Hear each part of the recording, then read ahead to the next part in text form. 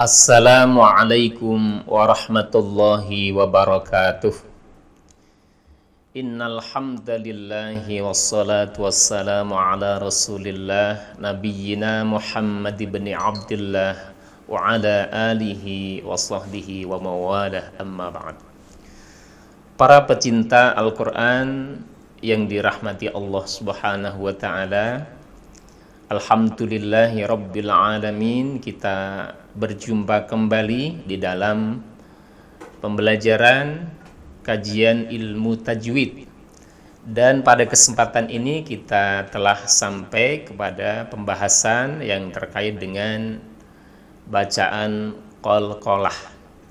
Jadi bacaan qalqalah ini penting sekali untuk kita pelajari karena banyak di antara para pembaca Al-Qur'an, khususnya yang pemula maupun yang belum mempelajari tajwid, itu banyak yang terjadi kesalahan dalam melafadzkan huruf-huruf, sehingga banyak huruf-huruf hijaiyah itu yang dikolkolahkan, yang mestinya bukan kolkolah tapi dibaca dengan kolkolah. Lah, untuk itu pada kesempatan ini mari kita akan kaji bersama terkait dengan bacaan qalqalah dan juga cara membacanya serta huruf-huruf qalqalah. Baik, kita langsung akan masuk kepada materi. Jadi pengertian daripada qalqalah. Qalqalah pengertiannya adalah pantulan ataupun memantul ataupun bergerak. Kemudian secara istilah, ini ada beberapa ahli qurra yang memberikan istilah yang berbeda-beda terkait dengan pengertian qalqalah. Pengertian istilah yang pertama, qalqalah yaitu memantulkan bunyi huruf tertentu baik karena sukun ataupun mati asli, karena waqaf dimatikan, jadi sukun yang dimatikan karena berhenti, atau karena tasydid yang disertai dengan waqaf. Kemudian pengertian istilah yang kedua oleh Dr. Aiman Rushdie Shuaib itu mengatakan bahwa qalqalah adalah mengeluarkan huruf qalqalah ketika sukun dengan cara saling berjauhan antara dua anggota pengucapan tanpa dipengaruhi oleh harokat yang tiga. Nah, ini agak panjang pengertiannya. Kita mungkin lebih rinci maksudnya ya. Kita rinci untuk yang pengertian daripada Dr. Aiman Rushdie Shuaib ini mengeluarkan huruf qalqalah ketika sukun. Jadi huruf qalqalah itu nanti terjadi ketika adanya sukun, baik sukun asli ataupun sukun ketika berhenti di akhir kalimat ataupun akhir kata. Sukun asli misalnya ketika di tengah-tengah kata ya, misalnya ajma'ina, jadi di tengah kata. Kemudian sukun yang mati karena diwakafkan ataupun karena berhenti, misalnya al-falaqi, misalnya al-falaqi. Jadi huruf hidup tapi dimatikan ataupun diwakafkan karena berhenti. Al-falaq, al-falaq. Nah, jadi sukun di akhir kata dengan cara saling berjauhan, cara saling berjauhan antara dua anggota pengucapan ya. Cara saling berjauhan antara dua anggota pengucapan. Contoh ya, contoh. Ketika kita melafadzkan huruf ba gitu ya, huruf ba. Maka di situ akan terjadi qalqalah ketika saling berjauhan antara dua anggota pengucapan tadi. Jadi misalnya ab, Nah, jadi ab, ab. Nah, jadi ketika di situ terjadi saling berjauhan dua anggota pengucapan tadi. Jadi ab, ab. Ini saling menjauh gitu ya. Tanpa dipengaruhi oleh harokat yang tiga. Tanpa dipengaruhi harokat sebelumnya misalnya ya. Jadi misalnya sebelumnya ada harokat kasroh misalnya. Ibrahim.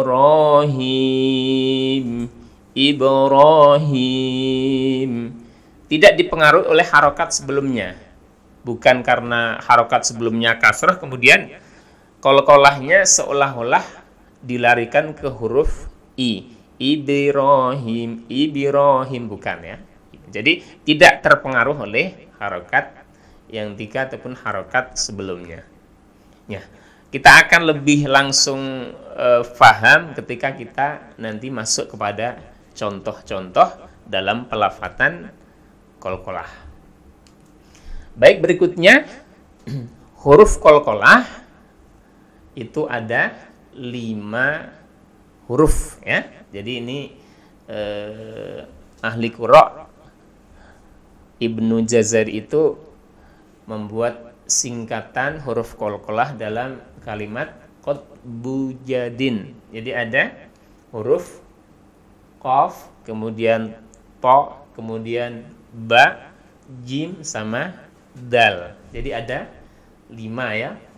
Qaf, to, ba, jim, dal. Ada 5 huruf.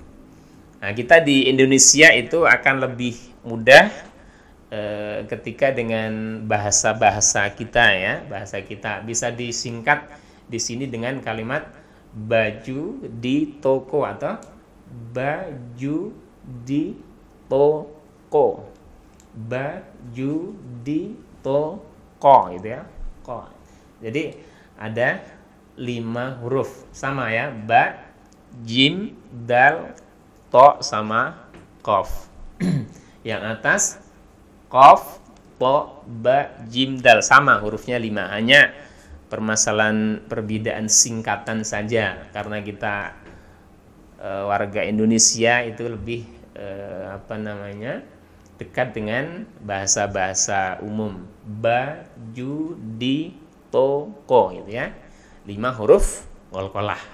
Jadi 5 huruf qalqalah ini harus kita betul-betul ingat, harus kita hafal sehingga nanti ketika kita melafadzkan huruf-huruf hijaiyah tidak salah. Tiba-tiba kita mengqalqalahkan huruf yang memang bukan qalqalah gitu ya.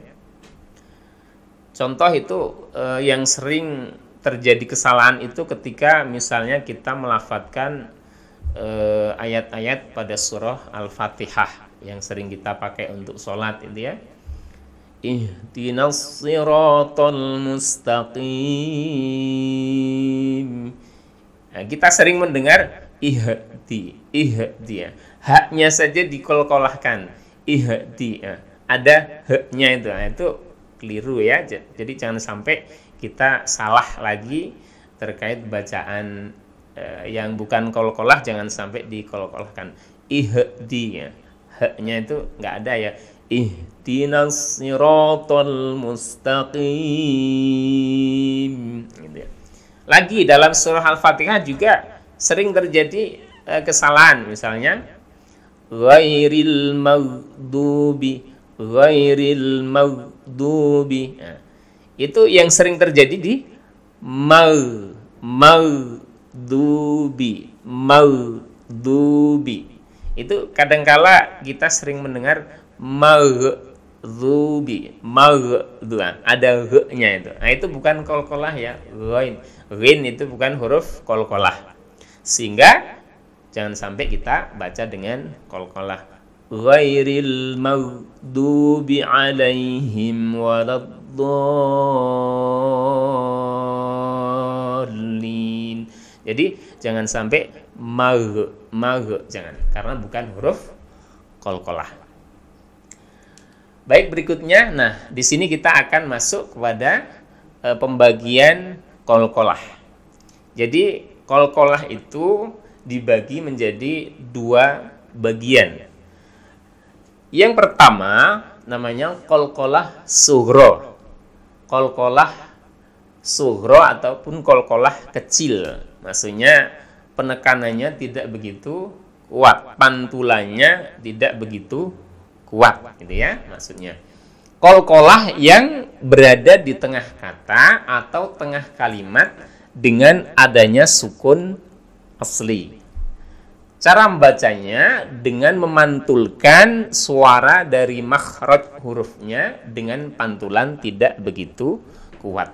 Jadi qalqalah sughra itu ketika huruf qalqalah itu mati ataupun sukun asli yang berada di tengah kata ataupun tengah kalimat. Tengah kata ataupun tengah kalimat ya. Jadi kata misalnya iqra. Nah, ini kan qafnya kan di tengah-tengah. Kemudian sukun asli. Jadi ini mati asli, bukan karena diwakafkan ya. Jadi mati sukunnya ini qafnya memang mati secara asli, sukun asli. Kemudian berada di tengah kata. Iqra wa rabbukal akram. Iqra. Jadi pantulannya nggak begitu kuat. Sedang ya. Iqra wa rabbukal akram. Contoh yang kedua, yang pertama qaf ya. Qaf tadi dari singkatan qatbu jadin ya. Yang pertama qaf. Kemudian yang kedua alladzi at'amahum min ju' wa amanahum min khauf.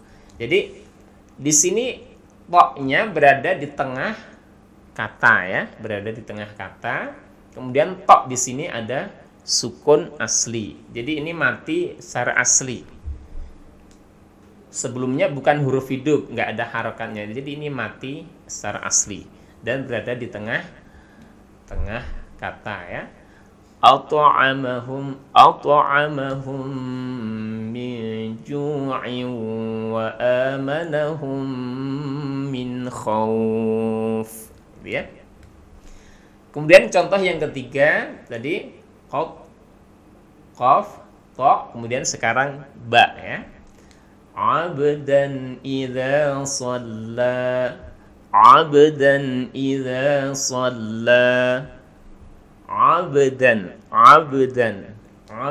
Jadi ba-nya dikolkolahkan atau qalqalah sughra, qalqalah kecil, yaitu berada di tengah kata.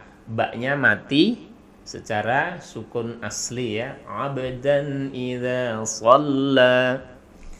Kemudian contoh yang ketiga, alam yaj'al kaidahum fi tadlil. Yaj'al jim di tengah kata, sukunnya sukun asli. Jadi qalqalah sughra. Selanjutnya wa ma adraka mal khutamah. Wa ma adraka mal khutamah. Jadi adraka. Nah, di sini apa namanya? Di tengah kata ya, kemudian sukunnya sukun asli. Ini contoh-contoh dari sampai wa ma adraka mal khutamah sampai di sini itu contoh-contoh yang huruf qalqalahnya di tengah-tengah kata. Kemudian di sini ada contoh yang qalqalahnya di tengah kalimat ya, di tengah kalimat. Jadi laqad kana lakum fi rasulillahi uswatun hasanah. Dalnya di sini sukun asli. Dalnya sukun asli. Mati secara mati asli, sukun asli. Di tengah kalimat ya. Laqad kana lakum fi rasulillahi uswatun hasanah. Ini di tengah-tengah kalimat ya. Nah, ini untuk yang qalqalah sughra ataupun qalqalah kecil. Intinya huruf-huruf qalqalah yang 5 tadi itu mati asli atau sukun asli berada di tengah kata ataupun tengah kalimat. Pemantulannya itu sedang ataupun tidak begitu kuat. Baik, yang kedua adalah qalqalah kubra ataupun qalqalah besar. Nah, di sini qalqalah yang berada di akhir kata atau karena diwakafkan bukan karena sukun asli. Cara membacanya dengan memantulkan suara dari makhraj hurufnya dengan pantulan yang kuat. Jadi qalqalah kubra ini yang perlu kita garis bawahi adalah hurufnya berada di akhir kata dan diwakafkan ataupun berhenti karena kita membaca karena wakaf ya, bukan karena sukun asli. Contoh nih, lahabina, baknya di sini ini kan huruf qalqalah. Lahabin huruf qalqalah, ada harokatnya kasroh tanwin, harokat kasroh tanwin. Jadi ini pada mulanya adalah huruf hidup, tetapi karena dibaca wakaf atau karena dibaca berhenti, maka baknya ini menjadi sukun ataupun dibaca mati. Maka ketika bak ini dibaca mati, maka di sini menjadi muncul qalqalah kubra. Jadi qalqalah kubra karena baknya di sini sebelumnya huruf hidup, kemudian karena berhenti maka menjadi sukun. Maka bak di sini namanya adalah qalqalah kubra, pemantulannya lebih kuat daripada sughra. Sayasla naran zata lahab. Nah, jadi lebih kuat. Zata lahab. Jadi lebih kuat ya, qalqalah kubra. Kemudian untuk contoh yang huruf jim. Huruf jim, baju di toko ya misalnya, huruf jim. Nah, di sini al-buruj. Nah, di sini al-buruj. Di sini jimnya itu ada harokat kasroh, hidup ketika dibaca al-buruji, ketika dibaca ya. Ketika dibaca hidup jimnya, bukan mati kayak sebelumnya tadi. Nah, di sini. Di sini sebelumnya kan mati sukun. Di sini qafnya ini sukun asli. Kalau di sini itu jimnya di sini hidup, sebelumnya nggak ada sukun di atasnya. Tapi karena dia berhenti ataupun wakaf, sehingga jim ini dimatikan ataupun disukun menjadi al-buruj ya. Jadi jim yang mati di akhir kata, kemudian dia sebelumnya hidup tapi karena berhenti kemudian diwakafkan menjadi mati, itu namanya qalqalah kubra. Was-samaa'i dzatil buruj. Was-samaa'i dzatil buruj. Jadi jimnya ini dipantulkan, muncul namanya qalqalah kubra ya. Contoh yang nomor 3, al-imadi. Dalnya di sini juga ada harokat kasroh. Jadi sebelumnya dibaca hidup al-imadi. Tetapi karena di sini diwakafkan sama dengan kalimat sebelumnya, diwakafkan ya menjadi al-imad. Jadi ada pantulan, dalnya itu ada pantulan. Tidak cukup al-imad. Nah, pantulannya harus kelihatan. Al-imad. Banyak yang masih membaca seperti itu tanpa ada pantulan al-imad. Al-Buruj, Lahab. Nah, itu harus kelihatan ya, qalqalahnya harus kelihatan, pantulannya harus kelihatan. Mulai sekarang setelah kita belajar, jangan sampai keliru lagi dalam kita melafadzkan. Irama dzatil imad, Irama dzatil imad. Jadi ada pantulannya. Kemudian yang contoh berikutnya, min alaqin. Qafnya di sini ada harokat kasrah tanwin, harokat hidup. Tapi karena waqaf, karena berhenti membacanya di situ menjadi min alaqa, min alaqa, min alaqa. Jadi ada pantulan yang kuat. Khalaqal insana min alaqa, min alaqa. Nah, jadi ada pantulan ya. Dan terakhir di sini ada ta, ada huruf ta di sini berharokat dhammah tanwin, dhammah tanwin ya. Maka di sini ketika dibaca waqaf, ta-nya harus dipantulkan ataupun qalqalah kubra. Muhita, muhita, muhita. Nah, itu ya. Wallahu min waraihim muhit. Itu ya. Jadi ada 5 huruf qalqalah. Ini contoh yang qalqalah kubra. Ba, jim, dal, qaf, ta, ya. Kembali ke awal tadi. Jadi ada 5 huruf ba, jim, dal, ta, qaf. Kalau disingkat baju di toko. Kemudian yang satunya, singkatan yang satunya ada qaf, ta, ba, jim sama dal. Qad bujadin. Sama ya, sama-sama ini huruf qalqalah yaitu 5. Jadi huruf qalqalah ini sekali lagi harus kita hafal sehingga kita nanti bisa mudah sekali ketika melafadzkan Al-Quran, mana yang harus dikolkolahkan dan mana yang tidak. Jangan sampai kita salah. Dari contoh misalnya huruf hijaiyah, huruf ta misalnya ya, huruf ta.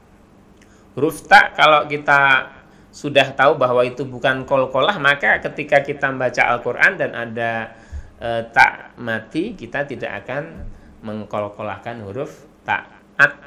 Bukan at, nah, gitu ya, bukan at, ada taknisnya ya. Kemudian sa juga begitu, as, jangan sampai as gitu ya, as biasa aja.